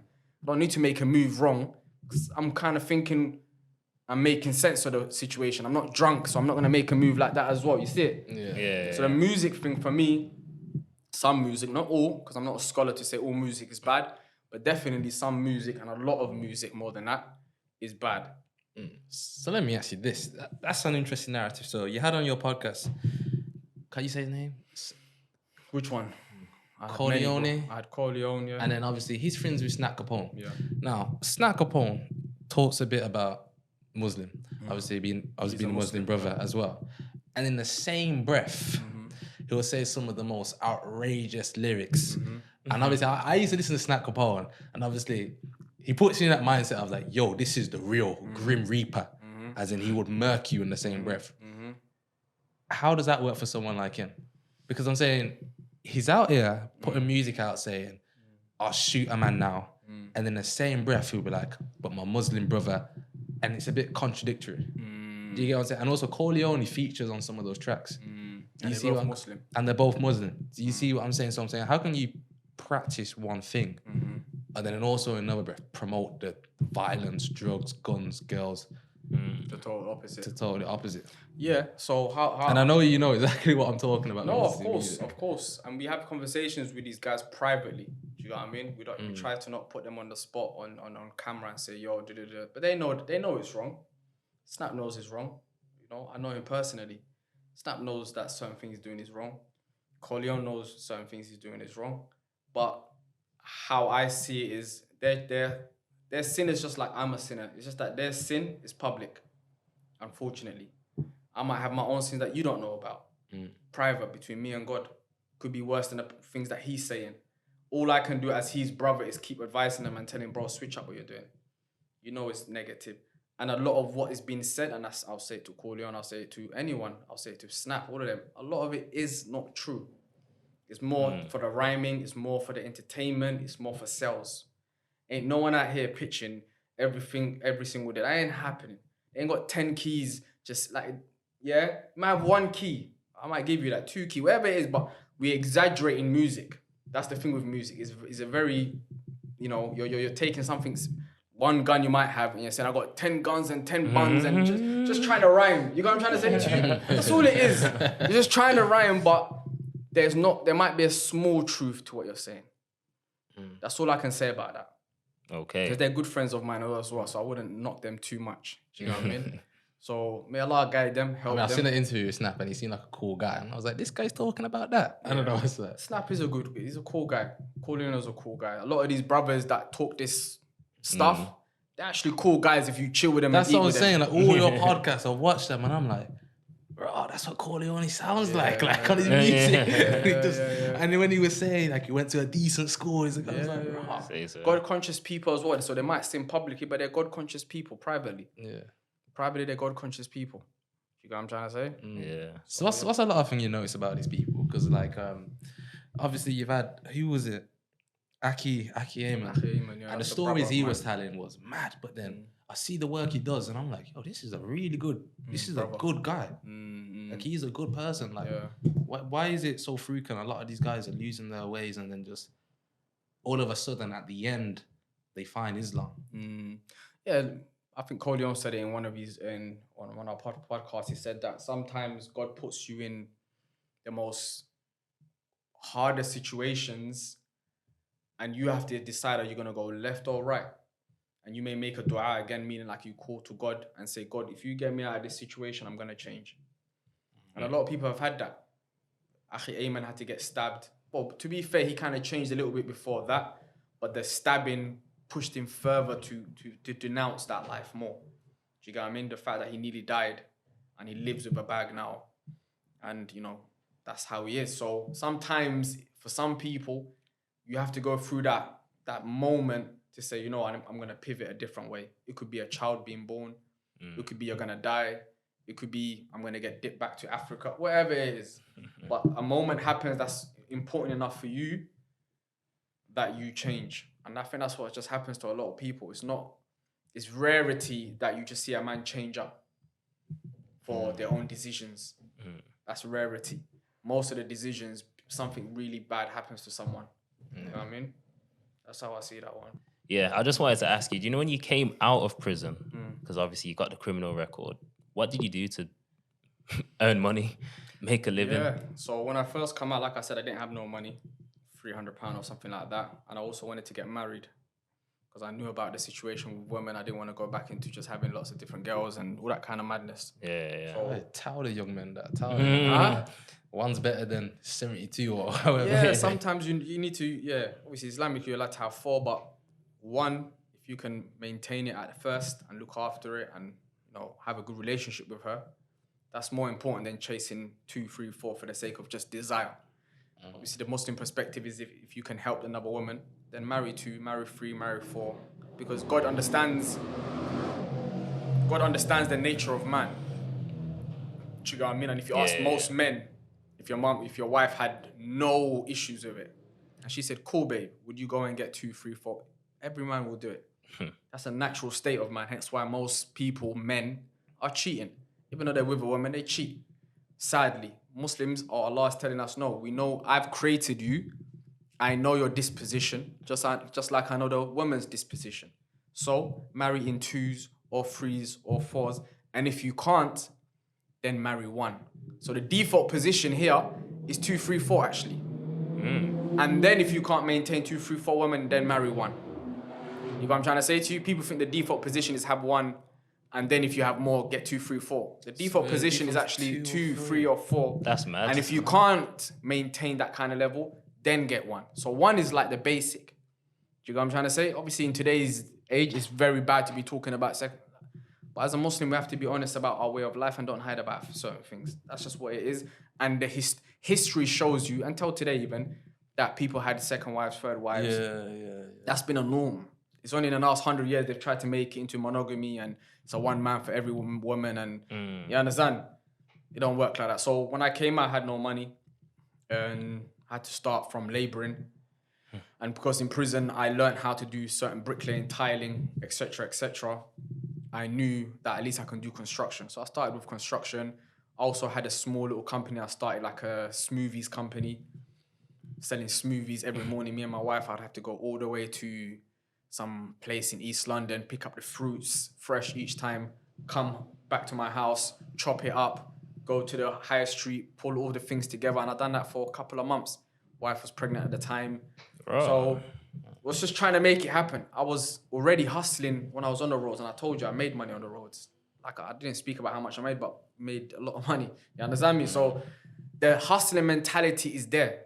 How to make money, how to get a client, how to make sure you're selling the best stuff. I've always Customer believed service. that people at drug dealers, when they build a team and everything, I'm like, you guys are entrepreneurs. You're already there.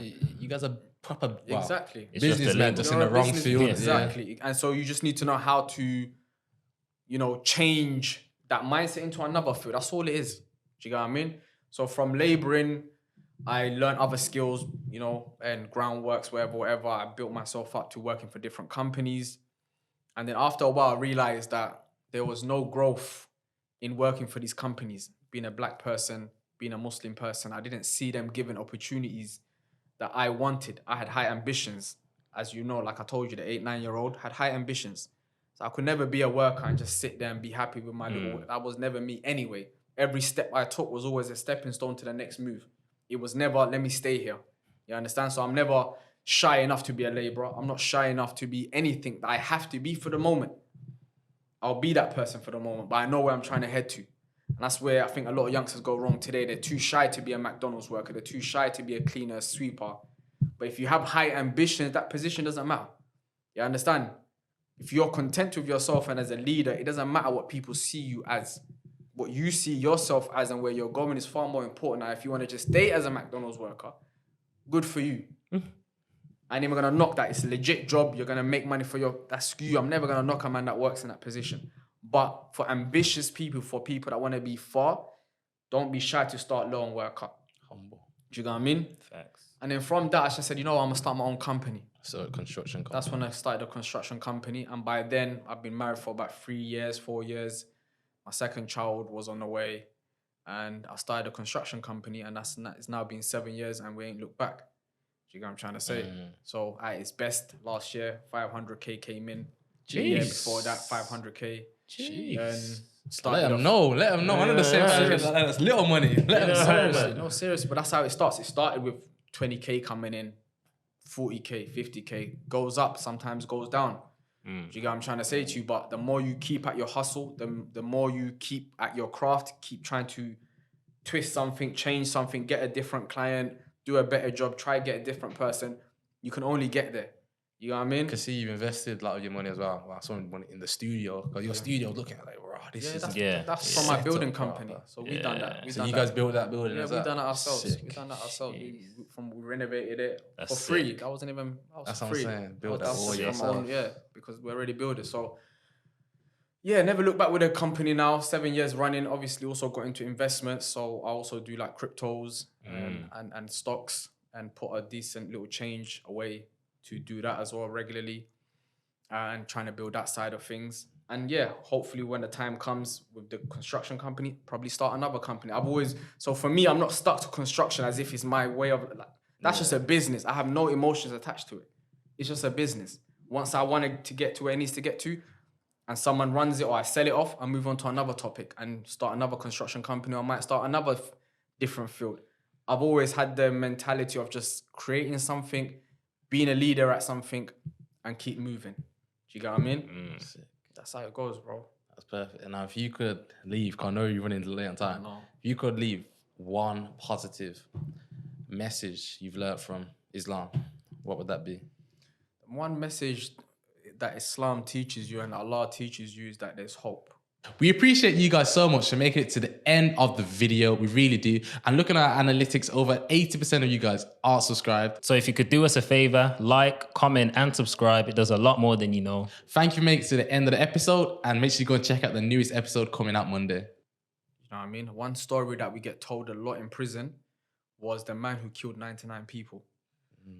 So the story that the Prophet, peace be upon him, told He said that there was once upon a time a man who killed 99 people. And he went to this Abid. Abid means like a worshipper, just like a normal person who lives locally. And he's known to be a conscious person. He went to this man and he said, look, I've killed 99 people. What would God do to me for killing 99 people? Like, would God forgive me? The man said, you've killed 99 people. God will never forgive someone like you. So he killed that man, made 100 people. Yeah. Then he kept on searching because he wanted to change. See, this is the one positive you can take from the man is, what's he looking for? Forgiveness. He's looking for forgiveness and change. The man didn't see that though. So he went to a scholar. This teaches you also a lesson between a learned person and just an unlearned person. Two different levels between an intelligent person and someone who's just a basic person, basically. Not to knock the man. He went to a scholar. Said to the scholar the same story. I've killed 100 people. What would God do to someone like me? Would he forgive me? He said, of course, God is Al-Ghafur. He's the forgiving. He said, but because you have got so many sins in a particular area, you need to move from that place and go to another place and start fresh. That's the advice he gave him. As he was leaving to go to the other country or city, wherever this scholar told him to go to, he died. The story goes with the prophet, he said 2 angels came down. One angel came to take him to hell. Another angel came to take him to heaven. They had a debate. Whether this is an analogy story or whatever, that's another topic. But they had a debate about where does this man go? The guy for hellfire, the angel for hellfire, saying this guy has killed 100 people. He has to go hellfire. The other one said, no, this guy regretted his issues. He was seeking forgiveness and he was on his way to leave all of this madness. He has to go to heaven. They said, all right, what we do is we'll measure the amount of space between where he came from and where he was going. And wherever he's closer to, if he's closer to the new place, he goes to heaven. If he's closer to the old place, he goes to hellfire. That's what they came to an agreement on because they couldn't agree where he goes. Yeah. And the story goes, Allah said, or the Prophet, peace be upon him, he said, so Allah, without the angels knowing, made it so that the measurement looked like he was closer to the other side. And hence the man entered into heaven. The whole moral of that story is what? The moral of that story is when you want to seek forgiveness, there's always forgiveness and hope. As long as you regret it, you hope for it, and you make steps towards that direction. That's what I'll say to people. All of us have committed the most grievous of sins. I have more than many. But I have hope in the Creator who created me that know that I made many sins. I'm a sinner. I'm learning and I want to change. And once you make that path, the rest will be made easier for you. I enjoyed that story. I've never heard it either. That's I the was word. speechless. I was speechless. Alhamdulillah. He explained it so well. That was perfect. Barakallahu feek. I don't know what that means, but I'll just take it as something good. all right, we're gonna thank you for coming out. Thank you, bro. This has been one of my Honestly. favorite podcasts in a while. Honestly, I really bro. appreciate it. Some Islamic teachings as well. Appreciate you taking me, man. I'm gonna pick up my Quran because I do have one. Yeah, he has one to be fair. He has one to be I'm thinking to learn it a lot more, but I'd like to thank you for coming down from London today. Appreciate it. Maybe I'm hoping for a part 2 if that's the case. Yeah. There's still a lot of things we got to speak on, but definitely a big thank you, bro. Yeah, man. Thanks. Cool.